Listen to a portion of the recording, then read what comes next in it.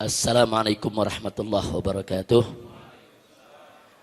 Bismillah walhamdulillah wassalatu wassalamu ala rasulillah wa ala alihi wa sahbihi wa mawalah. Ahibail kiram, alhamdulillah kita semua sudah berada di tahun baru Hijriah 1444. Mudah-mudahan di tahun baru Islam ini kita semua bersama-sama membuka lembaran baru untuk semakin meningkatkan iman dan takwa kita kepada Allah Subhanahu wa ta'ala. Amin ya rabbal alamin. Nah, dalam kesempatan ini saya hanya ingin mengajak semua ya ikhwan, ada kekhawatiran yang sangat tinggi ya ikhwan terhadap kaum muslimin di kita punya negeri khususnya yang belum pernah tersentuh dengan dakwah. Nah, kebetulan beberapa hari yang lalu saya bincang diskusi dengan Habib Segaf bin Hasan Baharun dari Dalwa ya ikhwan. Kita bincang-bincang tentang dakwah dan strategi dakwah. Jadi yang paling kita khawatirkan bukan umat Islam yang sering ngaji, bukan. Jadi kalau umat Islam ini yang sering ngaji, yang sholat Jumat, yang hadir di majelis-majelis, kita tidak terlalu khawatir. Ada kekhawatiran, tapi kita tidak terlalu khawatir. Sekurang-kurangnya kalau umat Islam yang masih suka ngaji, duduk di majelis, dekat dengan para habaib, para ulama, para kiai, insya Allah lebih bisa terbentengi akidahnya, syariatnya, akhlaknya, saudara. Tapi yang sangat kita khawatirkan adalah umat Islam yang belum tersentuh dakwah dan jumlahnya banyak ya kawan. Jadi berdasarkan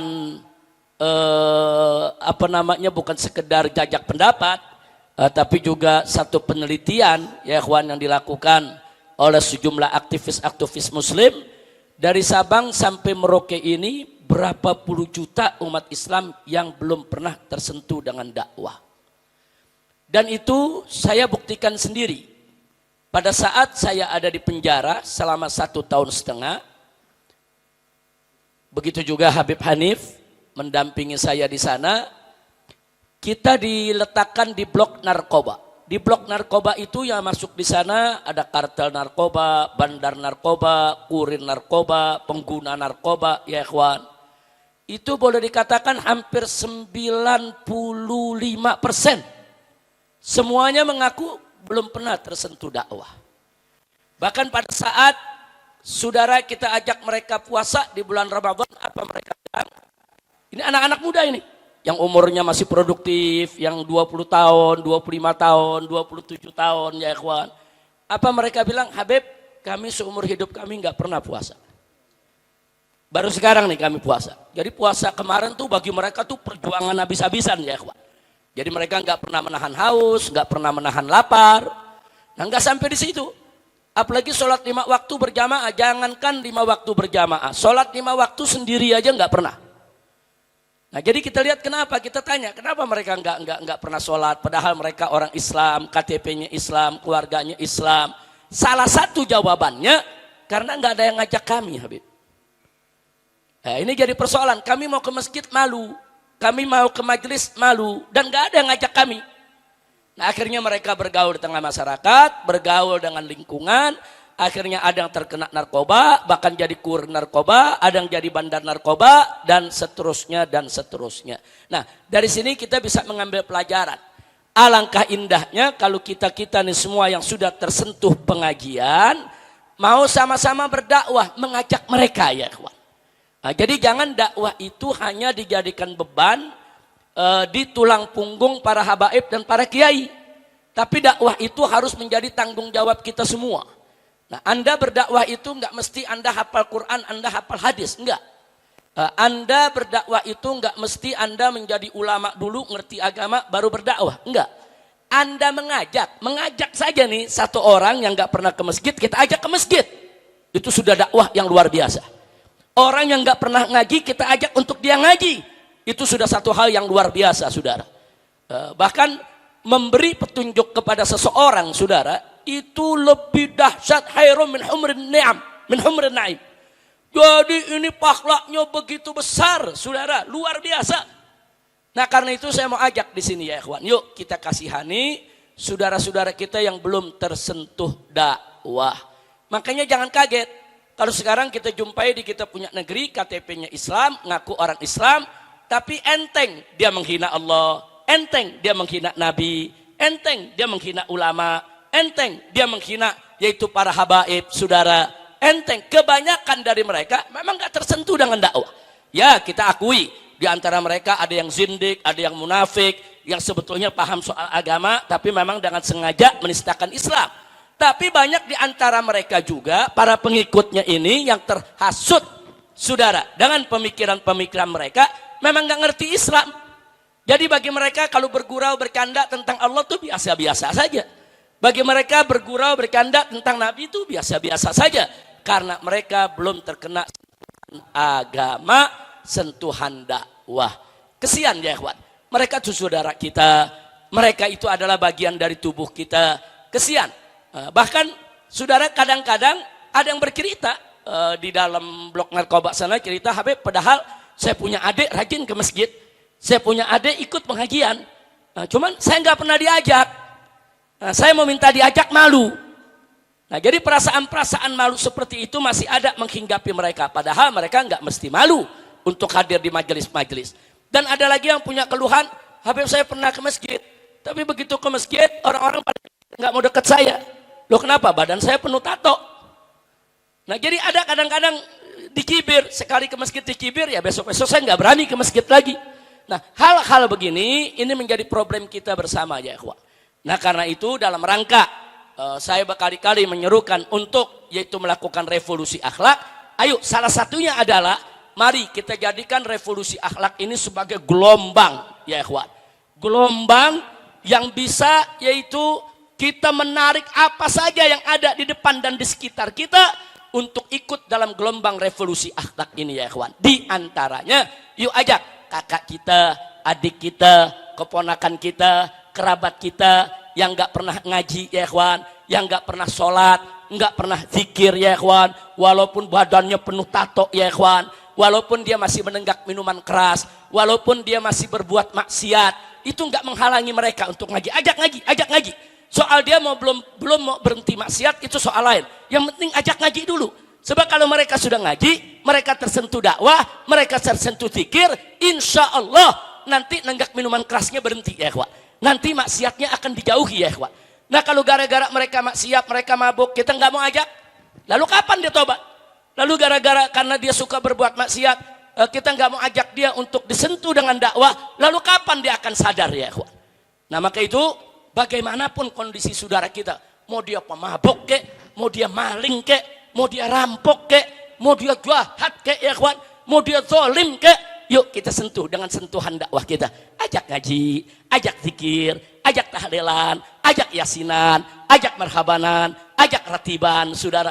Insya Allah, ini kalau yang hadir di sini nih, katakan yang hadir di sini ada 200-300 orang. Kalau Anda bisa menyadarkan satu aja ikut ngaji, besok udah nambah lagi tuh saudara. Saudara kita udah nambah 300 lagi. Nanti begitu berikutnya kita dapat lagi satu lagi di bulan berikutnya. Nambah lagi saudara yang sadar. Nah maka itu yuk saya mau ajak. Pantas kalau Nabi bersabda dalam satu hadis sahih, balighu anni walau ayah. Apa kata Nabi alaihi salatu wassalam? Balighu anni walau ayah. Sampaikan dariku walaupun hanya sebuah ayat. Artinya Nabi menugaskan umatnya, setiap orang, mau ulama kek, mau bukan ulama kek, mau habib kek, mau bukan habib kek, mau kiai kek, mau bukan kiai kek, mau santri kek, mau bukan santri kek, Nabi tugaskan. Ini tugas dari Nabi ya ikhwan. Sampaikan dariku walaupun hanya satu ayat. Walaupun hanya sebuah masalah kita ngerti dalam ajaran Islam, sampaikan. Oh kita cuma tahu bahwa minuman keras itu haram, sampaikan kepada saudara kita. Oh kita tahu kalau LGBT itu dilarang, sampaikan ke saudara kita. Satu ajaran pun yang kita tahu ya ikhwan, sampaikan kepada orang-orang yang ada di sekitar kita. Insya Allah. Nah karena itu saya ingin melalui sambutan ini saya hanya ingin mengajak. Yuk mari. Mari kita jadikan gerakan revolusi akhlak ini sebagai gelombang dakwah bersama ya ikhwan. Bukan gelombang dakwah sendiri. Kira-kira siap dakwah tidak? Siap mengajak saudara-saudara kita? Jangan kita musuhin ya ikhwan, jangan. Jadi saya dengar sendiri dari mulut mereka, dari cerita mereka, sebetulnya dari dulu saya pengen ikut ngaji, pengen ikut begini, pengen ikut begitu. Tapi yang nggak ada bimbing kami, nggak ada yang bimbing kami, nggak ada yang ajarkan kami, nggak ada yang ajak kami. Kami dengar, sono ada tablik akbar, sono tablik akbar, pengen datang. Tapi entah kenapa malu, dia malu dengan dirinya, dia malu dengan perbuatannya. Tapi kalau diajak, saudara, malunya hilang. Asal ada ngajak, ada yang tuntun, udah sini sama aku, sini duduk. Kadang-kadang kita mau duduk di sana nggak tahu, Habib, apa sih etikanya di sana? Bagaimana duduknya, bagaimana nanyanya? Kami takut salah, maka itu kami nggak pernah mau hadir. Nah, jadi bukan mereka nggak hadir, mereka memusuhi kita, enggak. Nah, kalau ini tidak kita sentuh dengan dakwah, nanti liberal yang sentuh mereka. Kalau ini kita tidak sentuh dengan dakwah, nanti kaum munafik dan kaum zindik yang raih mereka, saudara. Kalau ini tidak segera kita rangkul, kita peluk, nanti musuh-musuh Islam yang akan rangkul dan peluk mereka. Nah, ini juga perjuangan kita, ini jihad kita, saudara. Ini hisbah kita, ini dakwah kita. Nah, maka itu sekali lagi yuk ajak. Apalagi kalau ada keluarga kita, ada paman kita, bapak kita, saudara, adik kita, kakak kita yang belum tersentuh dakwah, ajak. Atau ibu kita yang belum tersentuh dakwah, ajak. Nah, jadi jangan cuman kita mempergunjingkan. Kerabat keluarga kita nggak sholat, kita pergunjingkan. Kita cuma bisa marah-marah. Padahal kita nggak pernah ngajak. Padahal kita nggak pernah berusaha untuk menyentuh hatinya, menyentuh nuraninya, agar dia kembali ke jalan Allah Subhanahu wa Ta'ala. Nah, sebagai tambahan, itu di blok narkoba. Pada saat saya, Kiai Sobri, Habib Hanif, kita berdakwah ya ikhwan, itu begitu mereka tersentuh dakwah, itu rajin sholat berjamaahnya dahsyat. Saudara, kita nggak dapetin di luar. Jadi kebetulan mereka ada di penjara, mereka nggak ada kegiatan apa-apa, disentuh sama dakwah. Subhanallah. Sholat mereka bukan hanya sholat 5 waktu. Saudara, kita kadang-kadang sampai malu. Mereka nih yang baru sadar, baru tobat, sholat tahajudnya tiap malam ya ikhwan. Tiap malam mereka sholat tahajud. Mereka minta diajarin bagaimana niat tahajud, bagaimana cara tahajud. Diajarin dikit, paham, langsung mereka kerjakan ya ikhwan. Subhanallah. Kita ajak mereka puasa Senin Kemis, kita puasa Daud, rame-rame dia mau. Padahal ini sebelum ke penjara, saudara, ya hidupnya dengan narkoba setiap hari. Saudara, hidupnya setiap hari dengan heroin, dengan morfin, saudara. Hidupnya setiap hari hilang akalnya, saudara. Tapi begitu dapat sentuhan dakwah, lain lagi semangat mereka, saudara. Bahkan ada beberapa tahanan yang perlu saya sampaikan di sini, saudara, ada beberapa orang, dia sudah waktunya keluar. Artinya kalau dia dari rutan Mabes Polri, kemudian dia dipindahkan ke Salemba atau ke Cipinang ke lapas, maka dalam waktu 1-2 minggu dia sudah bebas ya ikhwan. Karena mereka sudah menjalankan masa tahanan lebih dari separuh. Tapi karena mereka lagi asyik ikut ngaji, mereka enggak mau pindah. Kita bilang ente pindah, seminggu lagi ente bebas. Keluarga ente nunggu. Enggak, Beb. Kita selama di sini ada pengajian, kita enggak mau keluar. Dia enggak keluar. Saya bilang jangan begitu. Izin dulu sama ibunya. Izin dulu sama istrinya. Coba kontak. Apa dia bilang? Kita udah telepon, Beb. Bahkan ibu bersyukur. Suruh saya yang lama di sini. Subhanallah. Saya udah bicara dengan istri. Istri bahkan senang. Karena selama ini istri saya tahu. Saya kalau pulang ya mabok. Saya kalau pulang ya dalam kondisi pengaruh narkoba. Tapi begitu istri saya tahu saya sekarang sholat, ngaji, apa dia bilang, kenapa nggak dari dulu masuk penjaranya?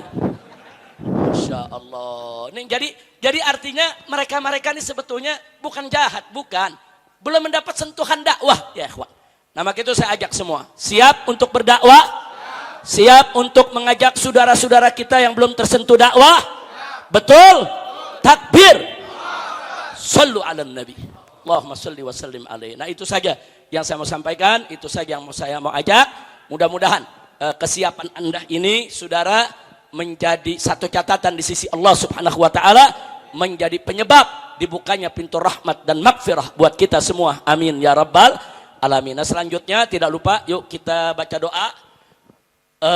Kita mohon kepada Allah bi mu'jizatil Fatihah untuk kita dulu nih semua, agar kita senantiasa diberkahi oleh Allah Subhanahu wa Ta'ala. Itu juga orang-orang tua kita, keluarga kita, kerabat kita, sahabat kita, tetangga kita, guru-guru kita, dan semua yang berbuat baik terhadap kita. Amin ya rabbal alamin. Dan doakan juga agar guru-guru kita, para pejuang kita, aktivis kita, saudara seperti Habib Bahar bin Smith, kemudian juga Haji Munarman, begitu juga Habib Muhsin Al-Habsyi, saudara yang masih ditahan di Makassar sana, dan kawan-kawan tidak saya sebutkan satu persatu. Begitu juga Ustadz Edi Mulyadi yang masih ditahan di Rutan Mabes Polri, dan masih banyak lagi ya ikhwan. Kita doakan agar mereka diberikan kelapangan oleh Allah, ketenangan, kesabaran, ketegaran, ketabahan, dan beraneka ragam kemudahan, serta secepatnya bisa dibebaskan agar mereka semua kembali ke keluarga mereka dan kembali berjuang bersama umat. Ala hadhihi niyah wa likulli niyatin salihah wa ila hadratin nabiyil mustafa sallallahu alaihi wasallam bisirril fatihah.